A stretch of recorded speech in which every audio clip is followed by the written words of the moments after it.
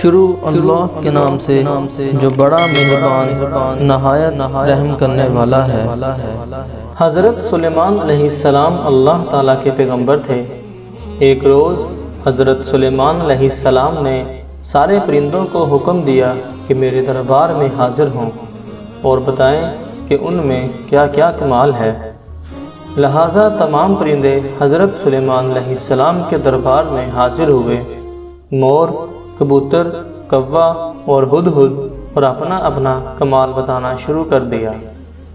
جب ہدہد کی باری آئی تو اس نے کہا کہ اے اللہ کے نبی، میری نظر اتنی تیز ہے کہ میں چاہے آسمان پر جتنا مرضی اونچا اڑتا رہوں، مجھے زمین پر پڑی ہوئی ہر چیز نظر آ جاتی ہے، اور میں بہت بلندی سے بھی زمین کے ذرے ذرے کو دیکھ لیتا ہوں، اور نہ صرف زمین کی چیزیں دیکھ لیتا ہوں بلکہ زمین کے نیچے جہاں پانی ہو وہ بھی معلوم کر لیتا ہوں، اور پانی کا ذائقہ بھی معلوم کر لیتا ہوں کہ میٹھا ہے یا کڑوا۔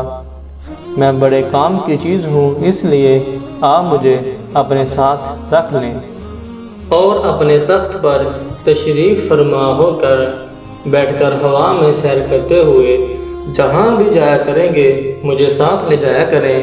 میں جہاں میٹھا پانی ہوا کرے گا آپ کو بتا دیا کروں گا، اور آپ وہیں اپنا تخت اتار لیجئے گا اور اپنا دربار لگا لیجئے گا۔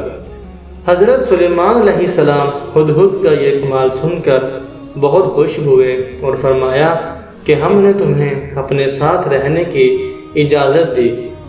کوا ہدہد کا یہ کمال اور عزت افزائی سن کر حسد کے مارے جل بھن گیا۔ کوا حضرت سلیمان علیہ السلام کی خدمت میں حاضر ہوا اور کہا، ایک عرض میری بھی سن لیجئے۔ ہدہد نے جو کہا بالکل غلط کہا ہے۔